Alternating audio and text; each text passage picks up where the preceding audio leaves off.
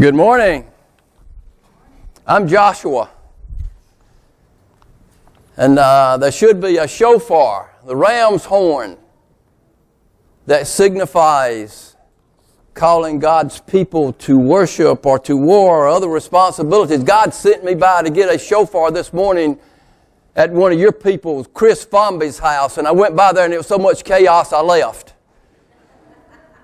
If you're in Bible study, you understand.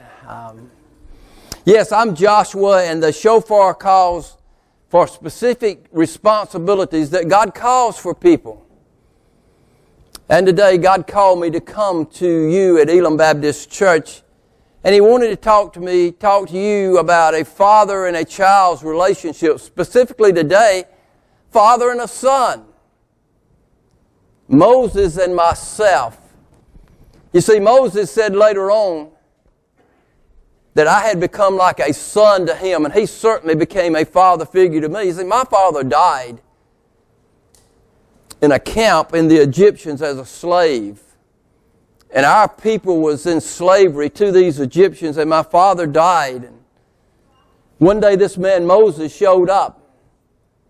He came to his people. Matter of fact, he was one of us, as I later found out. Now, I could tell real quickly that this man followed God. And as I watched him and as I saw this man, I realized that this was a man that I wanted to be around. I realized that this was a man that was different. There were just things about him that were different. And he had this ability of just attracting people. And people were just touched by his life. So I knew this was a man immediately that I wanted to follow. He began to talking about this God. We knew a little bit something about him, but our people have been in slavery so long that we didn't fully understand who our God was. But this Moses came and he was talking about this God. He caught my attention fairly quickly. We were scared of the Pharaoh. We were beaten, and this guy just ruled over us, and we were beaten down. But immediately, Moses stood up to this Pharaoh. He talked to him with courage. He talked to him with strength. He talked to Pharaoh with wisdom. And I watched that. And I really began being attracted to this man. I watched him as he knelt and he prayed. Such an inspiration that early on, that Moses was coming to me. So much that sometimes I just wanted to be around him. You ever had people that, hey, you just enjoyed being around them? Well, I just enjoyed being around Moses. I would run errands for him. Anything I could do to reach out and try to please Moses. I tried to get as close to Moses as I possibly could. And again, I just like being around him. And in time, I became one of Moses' most trusted servants.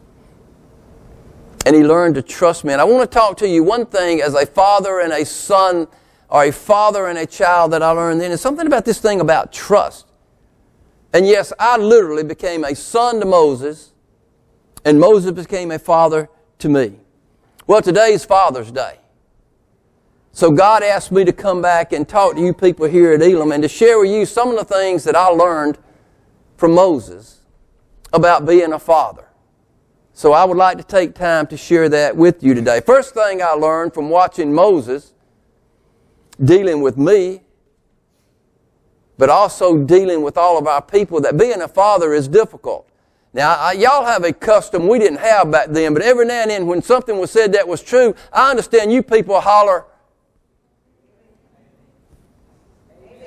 okay. Being a father is difficult. Amen. Thank you. I learned from Moses that a godly father desires having a child he can trust, and certainly wanting that child to trust him. Moses taught me that he would want your children to grow up, yes, to follow this one true God that he was following, to be saved, as you people call it, and to be successful. But I found out that Moses also wanted me to grow up and bring honor to him. And later on in life, I realized the honor that Moses had when he was able to turn everything over to me. I didn't understand early on how important it was for a father to love their child so much that they want to pass on to them and see them succeed and even be more successful than the father is. So I learned, and later on Moses was able to do that with me, to grow up and bring honor to him. Moses was proud that he could trust me later on to literally take things that he had done and place the future in my hands. And I was proud because I loved him so much that I could do that and do that for him. Moses taught me that trust had to be earned. And there was a lot of little things that happened that he did that to me, and I was learning. But one of the things that stood out to me is one day, again, somebody you love so much and they come to you. Well, Moses came to me and said, hey, I'm going to talk to God. Me and God, and said, Joshua, come with me. You can't imagine how that made me feel. Well, first of all, I wanted to be in the presence of Moses. But to learn more about this God that he was talking about. So we went to this mountain, Mount Sinai. And Moses told me, he said, now Joshua, you may not understand this now. You can't go with me.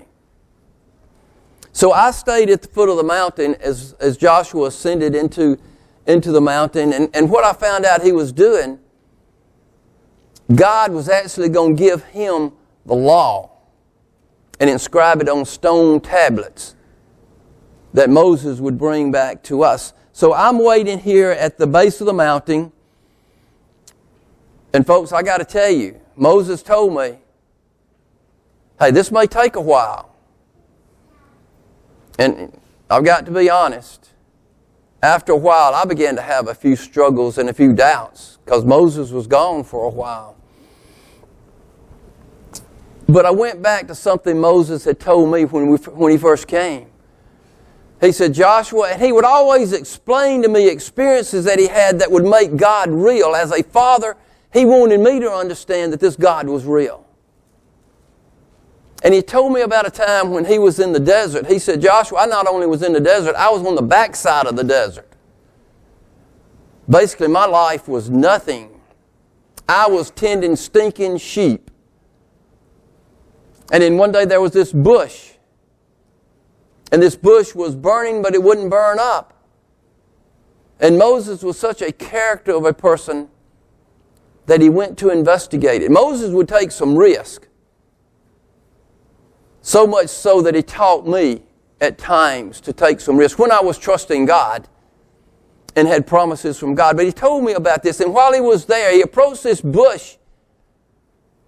And he said, from the bush, God spoke to him. Moses, take off your sandals, for the ground where you're standing is holy ground. And at that point, God called Moses to come and set us free.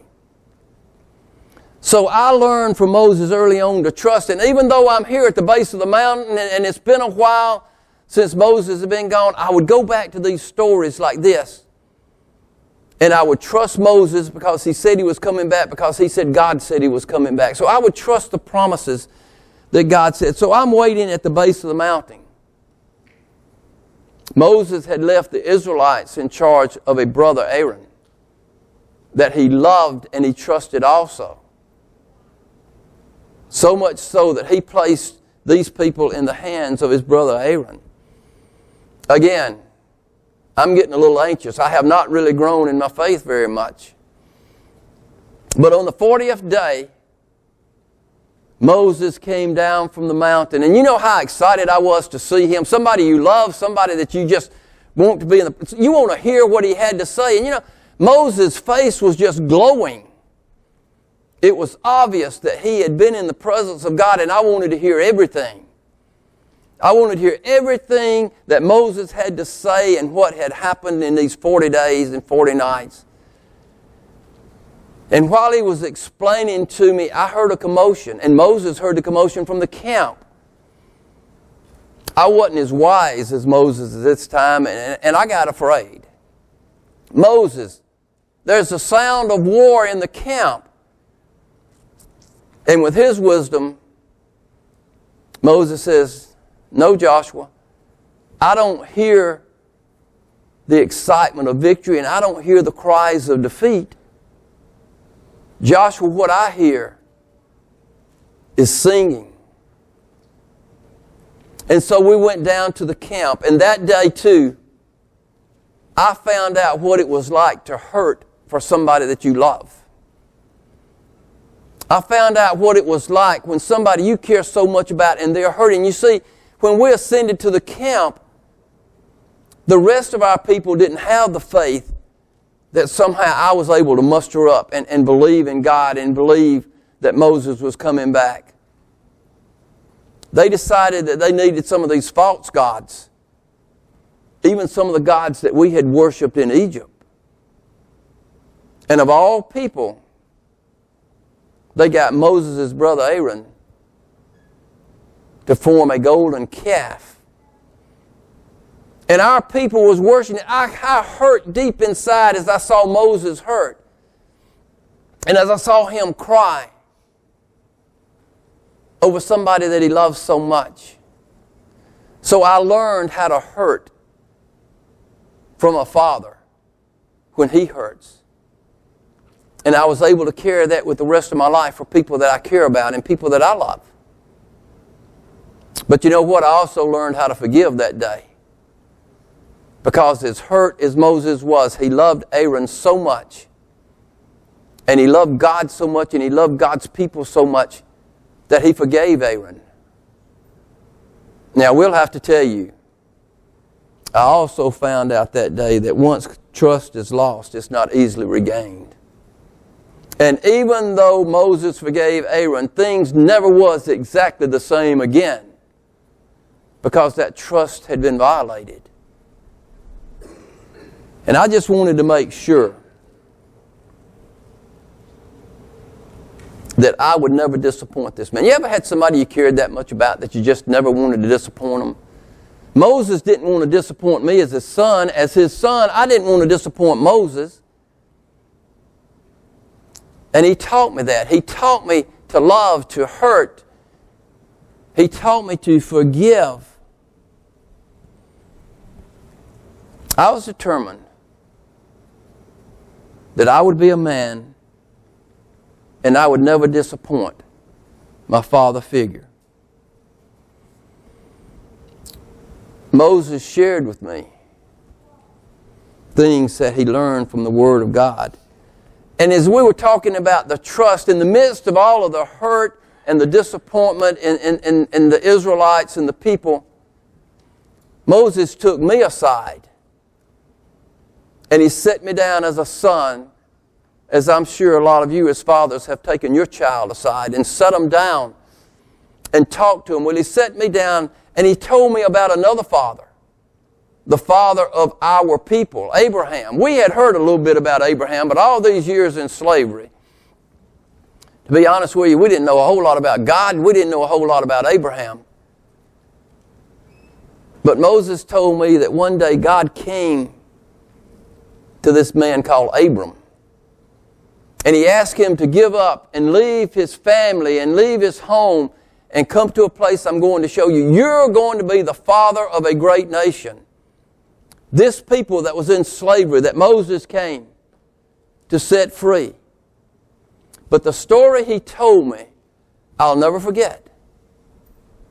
You're going to be a father of a great nation, and you're going to be able to do that through a son I'm going to give you, Isaac. And I know you love your sons and your daughters. But one day God came to Abraham and he said, Basically, I need to know if I can trust you. I want you to take your son, the son that you love so much, and I want you to take him to a mountain that I'm going to show you, and I want you to sacrifice your son. I need to know, Abraham, how much you love me. I need to know how much you trust me. Now, Moses explained to me that God had told him, you're going to be the father of this great nation, and it's going to come through Isaac. I didn't understand. Matter of fact, I was real confused, come on, Moses, what are you talking about? And he said, but Joshua, God said that it would be through Isaac.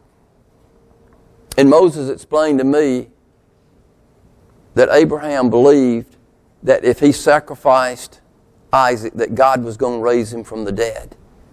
And he tied that in to a future time when God was going to send what Moses said was his son